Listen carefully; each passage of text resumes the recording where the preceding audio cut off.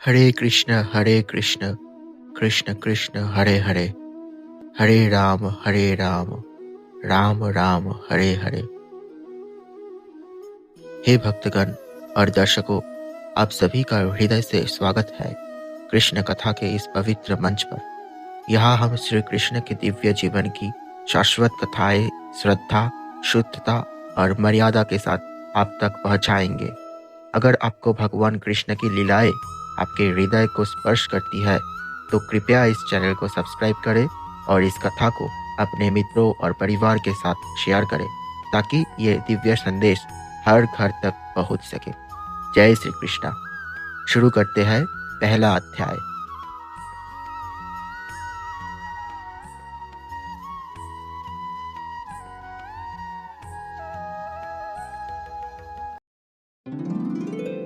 ये कथा आरंभ होती है चंद्र वंश से। चंद्र के वंश में जन्म हुए राजा ययाति, एक ऐसा राजा जिन्होंने भोग और शक्ति का जीवन जिया। पर जब वृद्धावस्था ने उन्हें आ घेरा तो ययाति ने अपने पुत्रों से अपनी वृद्ध अवस्था स्वीकार करने का आग्रह किया। उनके पुत्रों में सबसे बड़े थे यदु और सबसे छोटे थे पुरु।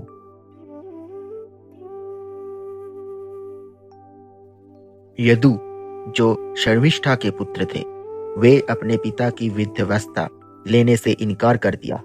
उनका कहना था, यौवन पिता का है और समय का गति चक्र सबको स्वीकार करना ही होता है।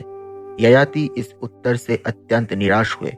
क्रोध और वेदना में उन्होंने यदु को राजगद्दी और वंशिक अधिकार से वंचित कर दिया। यदु को घर छोड़ना पड़ा और उनके वंश को राजा बनने का अधिकार कभी न मिलने का श्राप दिया गया। इसके विपरीत छोटे पुत्र पुरु ने अपने पिता की वृद्धावस्था को स्वीकार किया। ययाति प्रसन्न हुए और पुरु को राज्य दिया। पुरु से जन्मे भारत, भारत से कुरु और कुरु से पांडव और कौरव। इसी भारत वंश से आगे चलकर महाभारत का महान इतिहास रचित हुआ। यदु राज्य से वंचित हुए पर उनका वंश समाप्त नहीं हुआ। उनके वंश से जन्मे यादव, जिनमें विष्णु, अंधक और भोजा जातीय शामिल थी। ये कोई एक राजतंत्र नहीं था बल्कि एक गणराज्य था जहां शासन राजा नहीं बल्कि वृद्धों की सभा करती थी। इस सभा का कहा जाता था सुधर्मा। मथुरा इसका केंद्र बनी। मथुरा नगर में यादव वृद्ध नियमित रूप से सुधर्म में एकत्र होते। ये सभा सभी यादव जातियों के हित और मर्यादा की रक्षा करती। यही गणराज्य यदुवंश की पहचान बना। पर इसी व्यवस्था के बीच एक ऐसा बालक जन्मा जो आगे चलकर इस व्यवस्था को नष्ट करने वाला था। अंधक जाति के नेता उग्रसेना की पत्नी पद्मावती एक भयंकर दुर्घटना का शिकार हुई। राक्षस गभिला के द्वारा बलात्कारित की जाने के बाद उनके गर्भ से एक बालक जन्मा। पद्मावती ने इस बालक को अस्वीकार किए। उसने श्राप दिए, तुम्हारा वध एक सच्चे यादव के हाथ से होगा। इसी बालक का नाम था कंस। जन्म के बाद ही पद्मावती ने अपने जीवन त्याग दिए। कंस अपनी माता के श्राप के साथ बड़ा हुआ। उसके मन में यादव के लिए भय और घृणा भरी हुई थी। जैसे जैसे वो बड़ा हुए उसने सुधर्म की शक्ति को तोड़ने का संकल्प लिया। अंततः उसने बल प्रयोग से मथुरा पर अधिकार किए। सुधर्म के वृद्धों को बंदी बनाया और अपने पिता उग्रसेना को कैद कर दिया। कंस ने स्वयं को मथुरा का शासक घोषित कर दिया। मगध के राजा जरासंध भी एक असामान्य जन्म के फल थे। दो अधूरे शरीरों को राक्षसी जरा ने जोड़कर उसे जीवन दिया था। जरासंध ने अपनी दो पुत्रियों अस्ति और प्राप्ति का विवाह कंस से कर दिया। इसी संधि ने मथुरा में भय और राजनीतिक तूफान ला दिया।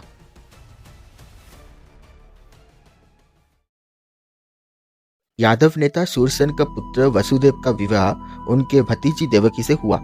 कंस, जो अपनी बहन से प्रेम करता था, स्वयं रथ हाँककर देवकी को ससुराल ले जा रहा था। मथुरा के मार्ग पर सब लोग इस विवाह को देख प्रसन्न थे। तभी आकाश से एक भयंकर वाणी गूंजी, हे कंस, जिस स्त्री को तुम ले जा रहे हो उसका 8वां पुत्र तुम्हारा वध करेगा। कंस का हृदय भय से भर उठा। उसने तलवार उठाई और देवकी का वध करने चला। वसुदेव ने कंस से प्रार्थना की, स्त्रीवध से राजधर्म भंग होता है, मैं तुम्हें देवकी का हर पुत्र सौंप दूंगा। कंस ने तलवार नीचे रखी पर देवकी और वसुदेव को बंदी गृह में कैद कर दिया। कुछ महीने बाद देवकी ने अपने प्रथम पुत्र को जन्म दिया। कंस को जानकारी दी गई, वह तुरंत बंदी गृह में आया, शिशु को पैर से पकड़कर पत्थर पर दे मारा। ये पहला खून था और यही से अत्याचार का सिलसिला आरंभ हुआ। देवकी और वसुदेव भय के जीवन में बाध गए। कंस का भय दिन प्रतिदिन बढ़ता गया। देवकी और वसुदेव के हर शिशु को उसके हाथों से मृत्यु मिलती रही। ये एक बार नहीं, 6 बार हुआ। देवकी ने पूछा, हम ही क्यों इतना पीड़ित हो रहे हैं? वसुदेव ने शांत स्वर में कहा, इस संसार में कुछ भी बिना कारण के नहीं होता। हमारा दुख हमारे पिछले कर्मों का फल है। कर्म का नियम स्पष्ट है, हर क्रिया का फल इसी जीवन में या अगले जीवन में अवश्य मिलता है। कंस चाहता था कि देवकी और वासुदेव एक साथ ही ना रहे। पूतना ने उसे चेताया, ऐसा करने से तुम पर पितृ देवताओं के क्रोध बढ़ेगा। जब जब कोई नारी रजस वाला होती है तब तक एक पितृदेव संतान के आड़ पे पुनर्जन्म के अवसर से वंचित होते हैं। वसुदेव और देवकी को अलग मत करो, ये जानते हुए कि उनके संतान जन्म लेते ही तुम्हारे हाथ मारा जाएगा। वे संतान का जन्म देता है तब वो तुम्हारा चिंता का विषय नहीं रहेगा। कंस अपने भय से अंधा हो चुका था। जब देवकी ने अपने 7वें शिशु को गर्भ में धारण किया तब विष्णु ने योगमाया से कहा, इस शिशु को देवकी से हटाकर रोहिणी के गर्भ में स्थापित करो। ये शिशु रोहिणी के यहाँ जन्मा और बलराम के नाम से प्रसिद्ध हुआ। वो चंद्रमा के समान सुंदर था, लंबी सीधी केश रेखाओं के साथ, और अपने भाई से पहले एक महान योद्धा बनने वाला था। कंस को बताया गया कि देवकी का ये शिशु नष्ट हो गया, इसलिए वो निश्चित हो गया और 8वें शिशु की प्रतीक्षा करने लगा। अब कंस का ध्यान सिर्फ 8वें शिशु पर था। वह हर रात भय के साथ सोता और हर सुबह उससे भी अधिक भय के साथ जागता। उसे लगता था कि मृत्यु उसके सर पर छाया बनकर मंडरा रही है। एक अंधेरी तूफानी रात जब बिजली चमक रही थी और आंधी नगर को हिला रही थी, देवकी ने अपने 8वें पुत्र को जन्म दिया। पर यह शिशु साधारण नहीं था। उसके शरीर पर शंख, चक्र, गदा और कमल के चिन्ह थे। वो रोया नहीं, मुस्कुराया। उसी क्षण वसुदेव समझ गए, ये विष्णु है, ये कृष्णा है। बोलो जय श्री कृष्णा। इसी क्षण योगमाया प्रकट हुई और वसुदेव से कहा, इस शिशु को तुरंत गोकुल ले जाओ। यशोदा के यहाँ जो कन्या जन्मी है उसे यहाँ ले आओ। कंस का अंत अब निकट है।